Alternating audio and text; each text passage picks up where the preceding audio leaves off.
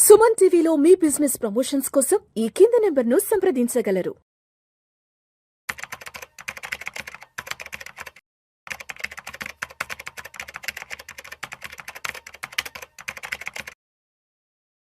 అసలు stop loss అనేది ఎలా ప్లేస్ చేయాలి, ఈ స్టాప్ లాస్లో ఎన్ని రకాలు ఉన్నాయి, సో ఈ స్టాప్ లాస్ అనే టాపిక్ గురించి మా ప్రేక్షకులకు డీటెయిల్గా తెలియజేయగలరు. ఓకే అండి, ముందుగా స్టాప్ లాస్ అంటే ఏంటి, లేకపోతే స్టాప్ లాస్ ఆర్డర్ అంటే ఏంటి అనేది మనం అసలు కొత్తగా వచ్చిన ఇన్వెస్టర్స్ కూడా అర్థమయ్యేలాగా ముందు ఒకసారి డిస్కస్ చేద్దాము. ముఖ్యంగా స్టాప్ లాస్ అంటే ఇంట్రాడే ట్రేడింగ్ చేసేవాళ్ళు కానీ, పొజిషనల్ ట్రేడింగ్ చేసేవాళ్ళు కానీ వాళ్ళు ఎంతవరకు నష్టాన్ని భరించగలరు అంటే రిస్క్ రివార్డ్ రేషియో. అంటే నాకు రూపాయి లాభం వస్తే రూపాయి నష్టమే భరించగలను, లేకపోతే 10 రూపాయల లాభం వస్తే 5 రూపాయల నష్టాన్ని భరించగలను అని ఇలా ఒక డెసిషన్ తీసుకుంటారండి. అంటే వాళ్ళ స్ట్రాటజీలో భాగంగా స్టాప్ లాస్ ఆర్డర్ పెట్టుకుంటారు. అంటే ఫర్ ఎగ్జాంపుల్ ఒక ఇన్వెస్టరు 155 రూపాయల్లో, ఒక ట్రేడరు 155 రూపాయల్లో ట్రేడ్ తీసుకున్నాడు, బై చేశాడు. సో అతను స్టాప్ లాస్ అతను మ్యాక్సిమం 3% అనుకోండి. సో ఫర్ ఎగ్జాంపుల్ 3% అయితే 150 రూపాయల 50 పైసలో, లేకపోతే 149.50 పైసలో అప్రాక్సిమేట్గా ఆ ప్రైసెస్ వరకు వస్తే నేను నష్టాన్ని భరిస్తాను, అంతకంటే ఎక్కువ నష్టాన్ని నేను తీసుకొని ఈ రోజు వరకు అని చెప్పేసి నిర్ణయించుకొని తను ఒక స్టాప్ లాస్ పెట్టుకుంటాను. దీంట్లో రకాలంటే టైట్ స్టాప్ లాస్ అంటుంటారు. మామూలుగా జనరల్గా అడ్వైస్ చేసినప్పుడు టైట్ స్టాప్ లాస్ పెట్టుకోండి అంటారు. అంటే కొంచెం రిస్కీ ఉంది, ఎక్కువ దూరం పెట్టుకున్న ఉపయోగం లేదనే సందర్భాల్లో స్టాప్ లాస్ని చాలా దగ్గరగా పెడతారు. అంటే 155 రూపాయలు ఎక్కువని 154, 153.5 అట్లా కేవలం రూపాయిన్నర అంటే 1%కే స్టాప్ లాస్ పెట్టుకొని ట్రేడ్ చేసుకుంటారు. కొంతమంది ఇంకా స్కాల్పర్స్ ఉంటారు, అంటే తక్కువ అమౌంట్, అంటే వాళ్ళ ప్రాఫిట్ టార్గెటే 50 పైసలు ఉంటుంది. వాళ్ళ స్టాప్ లాస్ కేవలం 20 పైసలు 15 పైసలు మాత్రమే స్టాప్ లాస్ పెట్టుకొని వాళ్ళు ట్రేడ్ చేస్తుంటారు. అట్లాగే వైడ్ స్టాప్ లాస్ ఉంటుంది, అంటే చిన్న స్టాప్ లాస్లు కొట్టేసి స్టాక్ మళ్ళీ పైకి వెళ్ళే అవకాశం ఉంటుంది. అట్లాంటి సందర్భంలో కొంచెం దూరంగా స్టాప్ లాస్ పెట్టుకోమని అడ్వైస్ చేస్తూ ఉంటారు అనలిస్టులు.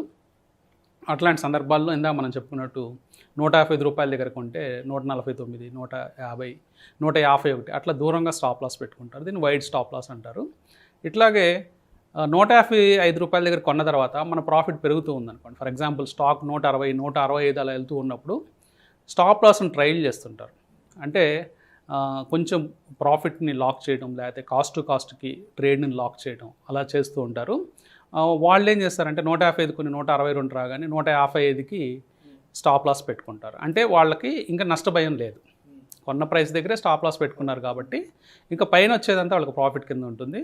అది 162 రూపాయల నుంచి ఫర్ ఎగ్జాంపుల్ 169కి వెళ్తే ఒక 7 రూపాయలు పైకి జరుపుకొని, 8 రూపాయలు పైకి జరుపుకొని 163, 164 అలా పెట్టుకుంటూ ఉంటారు.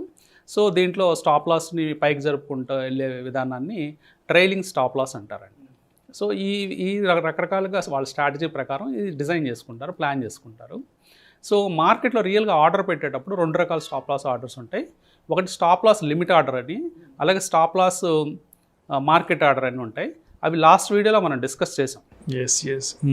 అంటే ఈ ఫ్రీక్ ట్రేడింగ్ అనే వీడియోలో మనం మీరు చూసినట్లయితే వాటి గురించి మనం డీటెయిల్గా డిస్కస్ చేసాం.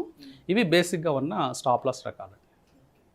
అయితే ఈ స్టాప్ లాస్కి సంబంధించి ఒక స్ట్రాటజీ కూడా నేను విన్నాను, స్టాప్ లాస్ హంటింగ్ అనే ఒక స్ట్రాటజీ కూడా ఉందంటారు కదా, ఏంటి అసలు దాని గురించి క్లియర్గా ఎక్స్ప్లెయిన్ చేయగలరు? స్టాప్ లాస్ హంటింగ్ అంటే రిటైలర్ ఇన్వెస్టర్కి సంబంధం. అంటే రిటైలర్ ఇన్వెస్టర్ దాంట్లో బాధితుడు అండి. యాక్చువల్గా రిటైల్ ఇన్వెస్టర్ దాంట్లో బాధితుడు. అసలు యాక్చువల్గా స్టాప్ లాస్ హంట్ చేసేది పెద్ద ఆపరేటర్సు, అలాగే ఇన్స్టిట్యూషన్స్, పెద్ద ఎఫ్ఐఎస్, వీళ్ళందరూ స్టాప్ లాస్ హంట్ చేస్తారు. అంటే ఈ ఇన్వెస్టర్ ఎక్కడ స్టాప్ లాస్ పెట్టుంటాడు అనేది వాళ్ళకి ఒక అవగాహన ఉంటుంది. అంటే ఈ అవగాహనతో వాళ్ళు ఏం చేస్తారంటే ఎగ్జాక్ట్గా మన స్టాప్ లాస్ని హిట్ చేసి రివర్స్ చేస్తూ ఉంటారు ప్రైసెస్ని. సో ఇవన్నీ మనకి అందరికీ అనుభవమే, ట్రేడింగ్ చేసే వాళ్ళందరికీ. అందరూ అనుకుంటుంటారు ఎగ్జాక్ట్గా మన స్టాప్ లాస్ కొట్టిన తర్వాత కొద్దిసేపటికే మార్కెట్ రివర్స్ అయిపోయింది, మనం అనుకున్న డైరెక్షన్లోనే వెళ్ళింది కానీ మనకు ట్రేడ్ లేకుండా పోయింది, ఇట్లాంటివన్నీ చూస్తూ ఉంటారు. సో ఇవన్నీ కూడా పెద్ద ఇన్స్టిట్యూషన్స్, లేకపోతే స్ట్రాంగ్ హ్యాండ్స్ మార్కెట్లో, స్టాక్స్ అయితే ఆపరేటర్సు, వీళ్ళందరూ కూడా స్టాప్ లాస్ హంటింగ్ చేస్తూ ఉంటారు. సో ఆ హంట్ చేసినప్పుడు ఆటోమేటిక్గా రిటైల్ ఇన్వెస్టరే బాధితుడిగా దాంట్లో ఉంటాడు. అయితే అంటే ఇన్స్టిట్యూషన్స్కి ఎటువంటి ప్రయోజనం చేకూరుతుందంటారు దీనివల్ల? అంటే ఇక్కడ మనం ఒక చిన్న ఎగ్జాంపుల్ తీసుకుంటే రిటైల్ ఇన్వెస్టర్కి లిక్విడిటీ సమస్య లేదండి. అంటే ఫర్ ఎగ్జాంపుల్ నేను ఒక 500 షేర్లు కొనుక్కోవాలి, లేకపోతే ఒక 1000 షేర్లు కొనుక్కోవాలంటే నాకు మార్కెట్లో పెద్ద ఇబ్బంది లేదు. నేను వెంటనే వెళ్ళి ఒక క్లిక్ ఆఫ్ ద బటన్లో నేను 500 షేర్లు కొనుక్కోగలుగుతాను. కానీ ఒక పెద్ద ఇన్స్టిట్యూషన్స్ వచ్చినప్పుడు వాళ్ళు ఆ రోజు వాళ్ళ టార్గెట్ ఒక 5 లక్షల షేర్లు కొనుక్కోవాలి, లేకపోతే 10 లక్షల షేర్లు కొనుక్కోవాలని ఉంటుంది. సో వాళ్ళు స్ట్రైట్ ఫార్వర్డ్గా వచ్చి 10 లక్షల షేర్లు కనుక కొనుక్కుంటే ప్రైస్ ఎక్కడికో వెళ్ళిపోతుంది.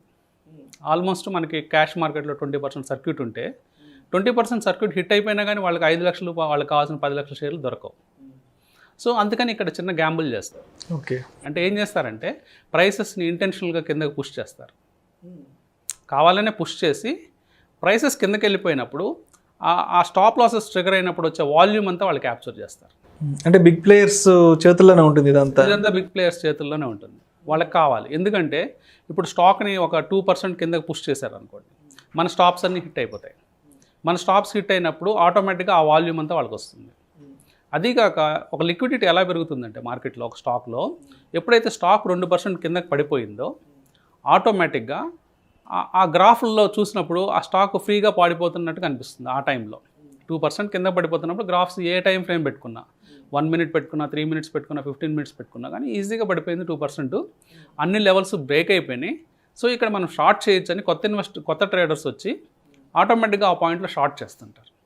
వాళ్ళు చేసే షార్ట్స్ కూడా వీళ్ళు అది బయింగ్ సైడ్ క్యాప్చర్ చేసుకుని వెళ్ళిపోతారు. సో ముందుగా మనం స్టాప్ లాస్లు పెట్టుకున్న ట్రేడర్స్ దగ్గర నుంచి వచ్చే క్వాంటిటీస్, అట్లాగే ఫ్రెష్గా వచ్చి లిక్విడిటీ కోసం ఎవరైతే అమ్ముతారో ఆ వచ్చిన వాల్యూమ్స్ని కూడా మొత్తం క్యాప్చర్ చేస్తారు. ఈ ప్రాసెస్లో స్టాక్ ఫ్లక్చువేట్ అవ్వటం బాగా ఎక్కువ అవుతుంది. ఈ ఫ్లక్చువేట్ అవ్వటం వల్ల ఇంకా ఎక్కువ మంది ఇంట్రాడే ట్రేడర్స్ ఆ పర్టికులర్ కౌంటర్లోకి వచ్చే అవకాశం ఉంది. అట్లాగే ఇంకా స్కాల్పింగ్ చేసే బ్యాచ్లు, అంటే స్కాల్ప్ అంటే కేవలం కొద్ది రూపాయలు పట్టుకునే ట్రేడింగ్లో రూపాయిని క్యాప్చర్ చేసేవాళ్ళు, వీళ్ళందరూ స్కాల్పర్స్ అందరూ వస్తారు. ఎప్పుడైతే అందరూ వస్తారో వాళ్ళకి కావాల్సినంత లిక్విడిటీ పెరుగుతుంది ఆ పర్టికులర్ కౌంట్లో. ఈ స్ట్రాంగ్ హ్యాండ్స్ కానీ బిగ్ బిగ్ ప్లేయర్స్ వీళ్ళందరూ కూడా ఆ వాల్యూమ్ని అంతా క్యాప్చర్ చేసేసుకొని వాళ్ళు బయింగ్ వాళ్ళు ఫిల్ చేసుకుంటూ వెళ్ళిపోతారు. సో అంటే ఓవరాల్గా చెప్పాలంటే ఇంట్రాడే చేసే వాళ్ళకి దీనివల్ల పెద్ద ఇబ్బంది అయితే అంటే ఇబ్బంది అనండి. అంటే వాళ్ళ అనుభవంలోకి వస్తుంది. ఇంట్రాడే చేసే వాళ్ళందరికీ దాదాపుగా స్టాప్స్తో ప్రతిరోజు తలకాయ నొప్పే, ప్రతిరోజు స్టాప్స్ కొడుతూనే ఉంటాయి. స్టాప్ లాస్ ఎక్కడ పెట్టినా అది వచ్చి హిట్ అవుతూ ఉంటుంది. సో ఇంట్రాడే వాళ్ళకి తప్పనిసరిగా పెద్ద ఇబ్బంది అని చెప్పుకోవాలి. కానీ దీన్ని తప్పించుకోవాలి, ఎలా తప్పించుకోవాలి, అసలు ఎందుకు స్టాప్ లాస్ ఎక్కడ ఏ లెవెల్స్లో కొడుతుంది అనేది కూడా మనం డిస్కస్ చేయాలి. ఓకే, అంటే ఇప్పుడు మీరు చెప్తున్నట్టు ఇటువంటి ఇబ్బందుల నుంచి రిటైల్ ఇన్వెస్టర్స్ అనేవాళ్ళు సేఫ్ జోన్లోకి రావాలి, ఆ ఇబ్బందుల్లోంచి తప్పించుకొని బయటకు రావాలంటే మరి వాళ్ళు ఎటువంటి ప్రత్యామ్నాయాల కోసం అన్వేషించాలంటారు? అంటే సేఫ్ జోన్లోకి రావాలంటే అదేవిధంగా ఎక్కువగా ఏ లెవెల్స్లో ఇటువంటి ఇబ్బంది జరుగుతుందంటారు? ఏ లెవెల్స్లో ఎక్కువగా ఇబ్బంది జరుగుతుందంటే ఇది అందరికీ తెలిసిన పాయింట్స్ ఉంటాయండి కొన్ని. అంటే మన హైడ్ చేయలేని పొజిషన్స్ ఉంటాయి. అంటే అది అందరికీ తెలిసిపోయిన ఓపెన్ సీక్రెట్స్ అనమాట. ఫర్ ఎగ్జాంపుల్ కొంతమంది స్టాప్ లాస్ ఎలా పెడుతూ ఉంటారంటే ఈరోజు లో పాయింట్ ఎక్కడ ఉంటుందో అక్కడ పెట్టడం, లేకపోతే ప్రీవియస్ డే లో పాయింట్ దగ్గర పెట్టడం, లేకపోతే స్వింగ్ లో ఎక్కడైతే వస్తుందో స్వింగ్ లో దగ్గర పెట్టడం, లేకపోతే పాపులర్ మూవింగ్ యావరేజెస్ ఏదైతే ఉంటాయో 20 కానీ 50 కానీ వాళ్ళ టైం ఫ్రేమ్స్లో ఆ మూవింగ్ యావరేజెస్ కింద ఒక 0.5% లోపల ఆ మూవింగ్ యావరేజ్కిను వాళ్ళు స్టాప్ లాస్ ట్రిగర్ ప్రైస్కిను ఒక 0.5% తేడాలో పెట్టుకోవడం, ఇట్లాంటివన్నీ కూడా ఇవి అందరికీ తెలిసిన పాయింట్స్. సో ఈ క్లియర్గా మనకి పెద్ద దాక్కునే అవకాశం లేదు. సో దీన్ని కంట్రోల్ చేయొచ్చు అంటే కంట్రోల్ కూడా చేయలేము. టోటల్గా ఇరుక్కుపో అంటే టోటల్గా ఆ ప్లేసెస్ అన్నీ తెలిసిన ప్లేసెసే కాబట్టి, ఓపెన్ సీక్రెట్సే కాబట్టి డెఫినెట్గా అక్కడ ఒక ప్రయత్నం చేస్తారు ఆ పాయింట్స్ అన్నింటిని హిట్ చేయడానికి ప్రయత్నం చేసినప్పుడు ఆటోమేటిక్గా ఎవరైతే స్టాప్ లాస్లు పెడతారో వాళ్ళందరికీ ఆ స్టాప్ లాస్లు ట్రిగర్ అయిపోతాయి. సో మీరు అంతకుముందు అడిగినట్లుగా ఈ మార్గాలు ఏమున్నాయి, ప్రత్యామ్నాయ మార్గాలు సేఫ్ జోన్లోకి రావడానికి కానీ మనం తప్పించుకోవడానికి ఏమైనా మార్గాలు ఉన్నాయని మనం ఆలోచిస్తే పెద్దగా మార్గాలు లేవండి. అంటే దీన్ని మనం ఏం కంట్రోల్ చేయలేము. ఇది నిత్యం జరుగుతూనే ఉంటుంది అన్ని మార్కెట్స్లో. ఇండియా మార్కెటే కాదు, యూఎస్ మార్కెట్ కాదు, ప్రపంచవ్యాప్తంగా అన్ని టాప్ స్టాక్ మార్కెట్స్ జరిగే విధానమే. ఇది ఇల్లీగల్ అంటే ఇల్లీగల్ కాదు, ఇది ధర్మమా అంటే ఎథికల్ అంటే ఎథికల్ కూడా కాదు. అంటే ఎథికల్ కాదు, కానీ ప్రతి ఒక్కళ్ళు డబ్బు సంపాదించడానికి వచ్చారు కాబట్టి ఎవరి మార్గాలు వాళ్ళు అన్వేషించుకుంటూ ఉంటారు. స్ట్రాంగ్ హ్యాండ్స్ వాళ్ళకున్న మనీ పవర్తో వాళ్ళు అలా చేయగలుగుతారు. సో వీక్ హ్యాండ్స్ ఏం చేయాలి అంటే రిటైల్ ట్రేడర్స్ ఏం చేయాలి అని మనం ప్రత్యేకంగా చూస్తే మీ యొక్క స్ట్రాటజీ మీద ఫోకస్ ఎక్కువ పెట్టాలి. సో మీ స్ట్రాటజీలో ఇందాక మనం చెప్పుకున్నట్లు ఈజీగా లొకేట్ చేయగలిగే ప్లేసెస్ కాకుండా అంటే ఆ ప్లేసెస్ని మీరు అసలు చూడాల్సిన అవసరమే లేదు. మీ స్ట్రాటజీలో రూల్ బేస్డ్ స్ట్రాటజీ అనుకోండి, ఫిక్స్డ్ పర్సంటేజెస్లో మీరు ట్రేడ్ చేసుకోవచ్చు. ఫిక్స్డ్ పర్సంటేజ్ స్టాప్ లాసెస్ మీరు పెట్టుకోవచ్చు. మీ ఫిక్స్డ్ పర్సంటేజెస్లో మీకు కనుక లాభాలు వస్తున్నట్లయితే, అంటే మీ బ్యాక్ టెస్ట్ రిపోర్ట్స్ కంటిన్యూస్గా రిగరస్గా చేసి ఈ లాభాలు వస్తున్నట్లయితే మీరు ఫిక్స్డ్ పర్సంటేజెస్ చేసుకొని మీ మోడల్ని రోబస్ట్గా మీరు ట్రేడ్ చేసుకుంటూ వెళ్ళిపోవచ్చు. అంటే మీకు సంబంధం లేదు డేలోనా లేకపోతే స్వింగ్లోనా లేకపోతే మూవింగ్ యావరేజ్ కింద ఉందా అనేది కాకుండా ఒక రిగరస్ అంటే బ్యాక్ టెస్ట్ చేసిన తర్వాత వచ్చిన మంచి మోడల్ని మీరు రిలీజియస్గా ప్రాక్టీస్ చేసినట్లయితే మీకు ఆటోమేటిక్గా లాభాలు వస్తాయి. దాంట్లో మనం back test model suppose 30% of the time stops కొడుతూ ఉన్నాయి అనుకోండి, సో మంచిదే. 30% ఆఫ్ ద టైం స్టాప్స్ కొడితే మిగతా 70% కొట్టనట్లే కదా. సో అది మన చేతిలో ఉంటుంది. సో ఇలా రూల్ బేస్డ్ ట్రేడర్స్ అందరూ కూడా వాళ్ళు అంటే ఒక బ్యాక్ టెస్ట్ మోడల్తో సక్సెస్ఫుల్ మోడల్ని ఒక ఫిక్స్డ్ పర్సంటేజ్ ఆఫ్ స్టాప్ లాస్తో వాళ్ళు ట్రేడ్ చేసుకుంటూ వెళ్ళిపోవాలి. సో డిస్క్రిషనరీ ట్రేడర్స్ ఎలా చేయాలి? డిస్క్రిషనరీ ట్రేడర్స్ ఎవరైతే ఉంటారో వాళ్ళందరూ కూడా ఇంకా ఎలాగో వాళ్ళు పూర్తిగా గ్రాఫ్స్ని వీటిని అనలైజ్ చేస్తారు కాబట్టి ఈ స్టాప్ లాస్ హంటింగ్ పాయింట్స్ని వాళ్ళు ఎంట్రీ పాయింట్స్గా మార్చుకోవాలి. హంటింగ్ పాయింట్స్ని ఎంట్రీ పాయింట్స్గా అంటే ఇదివరకు మనం ఒక ప్రైస్లో 150 రూపాయల దగ్గర ప్రైస్లో పెట్టి మనం 149, 148 ఇలా స్టాప్ లాస్లు పెట్టుకుంటే ఎలాగో ఆ పాయింట్కి వచ్చి కొట్టేస్తున్నారు కాబట్టి మన స్టాప్ లాస్ పాయింట్ని ఎంట్రీ పాయింట్గా మార్చుకొని, అంటే 149, 150 రూపాయలు మన ఎంట్రీగా మార్చుకొని 142, 141 అలా ప్రయత్నాలు చేయొచ్చు. దాంట్లో సక్సెస్ రేట్ ఎంత ఉందనేది కొంత బ్యాక్ టెస్ట్ చేసుకొని వాళ్ళు ఆ విధమైన స్ట్రాటజీస్ అప్లై చేసుకోవచ్చు. జనరల్గా స్టాప్ లాస్ హంటింగ్ అని మనది రెగ్యులర్గా గ్రాఫ్స్ని వాచ్ చేసేవాళ్ళు ఇంట్రాడే టైం ఫ్రేమ్స్లో వాళ్ళకి తెలిసిపోతూ ఉంటుంది, పర్టికులర్ పాయింట్స్ వచ్చి హిట్ అవుతూ ఉంటుంది మార్కెట్ అని. సో ఆ పాయింట్స్ని ముందే రికగ్నైజ్ చేసి హంటింగ్ పాయింట్స్నే వాళ్ళు ఎంట్రీ పాయింట్స్ కింద మార్చుకున్నట్లయితే వాళ్ళు కూడా సక్సెస్ఫుల్ ట్రేడర్స్గా మారే అవకాశం. రైట్. అయితే అంటే ఇప్పటివరకు మీరు చెప్పినట్లు స్టాక్ మార్కెట్లో ఇంట్రాడేలో బాగా ఎక్స్పర్టైజ్ అయిన వాళ్ళకైతే మీరు చెప్పినట్లుగా కూడా వాళ్ళు ఇలాంటివన్నీ ఇనీషియల్ స్టేజ్లో ఐడెంటిఫై చేసి కొంత సేఫ్ జోన్లోకి వచ్చే అవకాశం ఉంది. బట్ లాస్ట్ 1.5-2 ఇయర్స్గా చూసినట్లయితే కొత్తగా ఎంతోమంది స్టాక్ మార్కెట్లోకి ఎంటర్ అవుతున్నారు, కొంతమంది లాంగ్ టర్మ్ ఇన్వెస్ట్మెంట్స్కి వెళ్తున్నారు, కొంతమంది ఇంట్రాడేలోకి వస్తున్నారు కదా. అయితే కొత్తగా మార్కెట్లోకి వచ్చి ఇంట్రాడేలోకి దిగే వాళ్ళు మరి ఇవన్నీ ఇనీషియల్ స్టేజ్లో ఎట్లా ఐడెంటిఫై చేసుకొని వాళ్ళు సేఫ్ జోన్లోకి వచ్చే అవకాశం ఉందంటారు అసలు? కొత్తగా ఎంటర్ అయిన వాళ్ళు ట్రేడింగ్ చేసేవాళ్ళు జనరల్గా స్టాప్ లాస్ మెకానిజం అనేది వాడరండి. రైట్. ఎందుకంటే వాళ్ళు జస్ట్ ఏంటంటే వాళ్ళు కన్విక్షన్తో ట్రేడ్ చేస్తూ ఉంటారు. జస్ట్ మనం కొన్నామంటే పెరుగుతుంది ఇట్లాంటి ఆలోచనతో ట్రేడ్ చేస్తుంటారు. సో దానివల్ల భారీగా నష్టపోతారు. స్టాప్ లాస్ పెట్టడం వల్ల కేవలం కొద్ది పర్సంటేజ్ పాయింట్స్ మాత్రమే నష్టపోతారు. స్టాప్ లాస్ పెట్టకపోవడం వల్ల హ్యూజ్గా నష్టపోయే అవకాశం పెద్ద మొత్తంలో. అంటే ఆ లాస్ ని మనం స్టాప్ చేసుకోలేకపోతున్నట్టే కదా. స్టాప్ చేసుకోలేకపోతున్న వాళ్ళకి ఇంకా ఈ స్టాప్ లాస్ మెకానిజం గురించి ఎగ్జాక్ట్లీ. సో అందుకని నేను కొత్త వాళ్ళకి సజెస్ట్ చేసేది ఏంటంటే ఇప్పుడు దాకా మీరు ఆలోచన చేయకపోతే స్టాప్ లాస్ పెట్టడం అనేది నేను అంటే డిసిప్లిన్ ట్రేడర్స్కి వచ్చే ఇబ్బందుల గురించి మనం ఇప్పుడు దాకా మాట్లాడుకున్నాం. అంటే అసలు డిసిప్లిన్ ట్రేడింగ్లోకి రండి.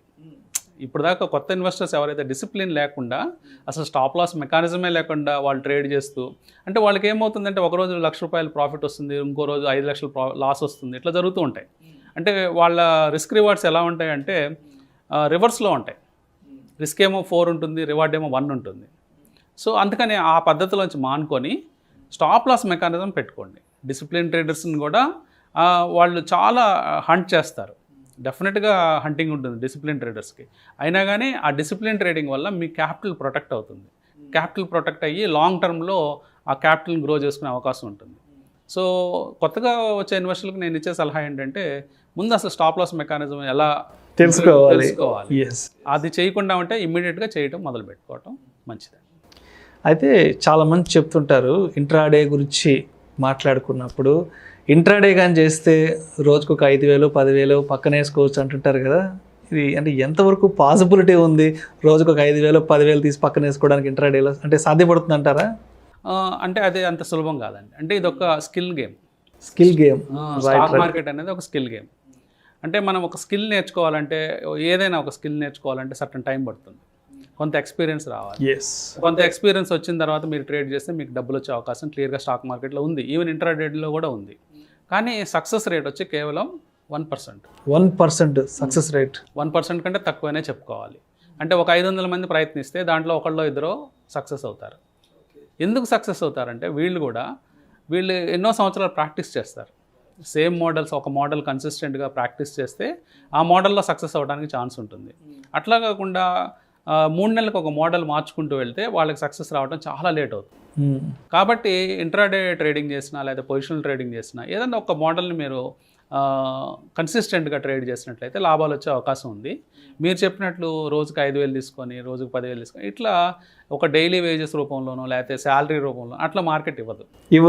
పాసిబిలిటీ లేదు, అసలు పాసిబిలిటీ లేదు. రోజుకి 5,000 వెనకేసేసుకోవచ్చు, 10,000 వెనకేసేసుకోవచ్చు, పాసిబిలిటీ లేదు. అలా పాసిబిలిటీ ఉన్నట్లయితే ఎవరు ఉద్యోగం చేయాల్సిన పని లేదు. ఎగ్జాక్ట్లీ. సో అందరూ స్టాక్ మార్కెట్కి వచ్చి ఒక 1,00,000 2 లక్షలు వచ్చేస్తుంది మనం చెప్పినట్టు, రోజుకి ఒక 5,000 6,000 అంటే. ఇండియాలో అందరూ స్టాక్ మార్కెట్లోనే కూర్చొని రోజు ఇంటికి డబ్బులు తీసుకెళ్లే ప్రాసెస్ పెట్టుకోవచ్చు. కానీ అది లేదు, అది ముందు నమ్మాలి. సో మీరు ఎలా సంపాదన లేదా, అసలు ఎవరు సంపాదించలేరంటే అది కూడా రాంగే. సంపాదించే వాళ్ళు చాలామంది ఉన్నారు స్టాక్ మార్కెట్ ద్వారా. కాకపోతే ఏంటంటే వాళ్ళు చాలా సంవత్సరాలు ప్రాక్టీస్ చేస్తారు, ఒకే సిస్టమ్ను ప్రాక్టీస్ చేసుకుంటూ దాంట్లో రాటు తేలి వాళ్ళు సంపాదన మొదలు పెడతారు. సో అలాంటి వాళ్ళ అడ్వైజులు కానీ అలాంటి వాళ్ళ గైడెన్స్ తీసుకున్నట్లయితే మీరు ఈజీగా డబ్బులు సంపాదించే అవకాశం ఉంటుంది. అంటే మీకు ఒక 5 సంవత్సరాలు ఒక స్కిల్ నేర్చుకోవడానికి 4-5 సంవత్సరాలు పట్టింది అనుకోండి, ఆ టైము ఒక రైట్ గైడెన్స్ ద్వారా 1 సంవత్సరానికి తగ్గిపోతుంది. సో ఈదర రామకృష్ణ గారు, సో ఓవరాల్గా ఈ స్టాప్ లాస్ హంటింగ్ అనే ఈ కాన్సెప్ట్కి సంబంధించి ఆల్రెడీ మార్కెట్లో ఉన్న డిసిప్లిన్ ట్రేడర్స్కి ఎటువంటి సలహాలు సూచనలు ఇస్తారు? అదేవిధంగా మార్కెట్లోకి కొత్తగా రాబోతున్న ఇన్వెస్టర్స్ కానీ ట్రేడర్స్ కానీ, సో వాళ్ళకి ఎటువంటి సలహాలు ఇస్తారు ఈ స్టాప్ లాస్ హంటింగ్కి సంబంధించి? అంటే మనం క్లుప్తంగా చెప్పుకోవాలంటే, అసలు కొత్తగా వచ్చిన వాళ్ళు ఇప్పటిదాకా స్టాప్ లాస్ అనేది తెలియకుండా, అంటే తెలిసినా కానీ వాడకుండా ఉండేవాళ్ళు అది వాడటం నేర్చుకోమని చెప్తాను. దాన్ని ప్రాక్టీస్లో పెట్టమని చెప్తాను. స్టాప్ లాసెస్ పెట్టడం, స్టాప్ లాసెస్ హిట్ అయిన తర్వాత హిట్ కాకుండా వచ్చిన లాభాలు అనుకునే విధంగా ఓవరాల్గా 10 ట్రేడ్స్ చేశారనుకోండి, ఒక 4 ట్రేడ్స్ 3 ట్రేడ్స్ స్టాప్ లాస్లు కొట్టినా మనకు పెద్ద ప్రమాదం లేదు. ఒక 5-6 ట్రేడ్ల నుంచి 7 ట్రేడ్ల దాకా స్టాప్ లాస్ కొట్టకపోతే దానివల్ల వచ్చే లాభాలు ఈ వచ్చిన నష్టాల కంటే ఎక్కువగా ఉంటాయి. కాబట్టి అది ప్రాక్టీస్ చేయమంటాను. అంటే ఇప్పటిదాకా ఇంప్లిమెంట్ చేయకపోతే స్టాప్ లాస్ మెకానిజాన్ని ఇంప్లిమెంట్ చేయమని చెప్తాను. ఆల్రెడీ ఇంప్లిమెంట్ చేస్తున్న డిసిప్లిన్ ట్రేడర్స్ ఎవరైతే ఉంటారో అప్పుడప్పుడు వెక్స్ అయిపోతూ ఉంటారు. ఏంటి ప్రతిసారి మన స్టాప్ లాస్ కొడుతుంది, అసలు పెట్టకుండా ఉంటే కొట్టలేదు కదా అనే ఆలోచన కూడా వస్తుంది. దాని ద్వారా మానేద్దామా, స్టాప్ లాస్ మెకానిజం తీసేసి డిస్క్రిషనరీగా పొజిషన్స్ పెట్టి ఊరిని చూస్తూ ఎప్పుడొకప్పుడు మనకు మనసు తోచినప్పుడు ప్రాఫిట్ బుక్ చేద్దాం అనుకుంటూ ఉంటారు. కానీ కొన్నిసార్లు ఇది నాన్న పులి కథ లాంటిది అనమాట.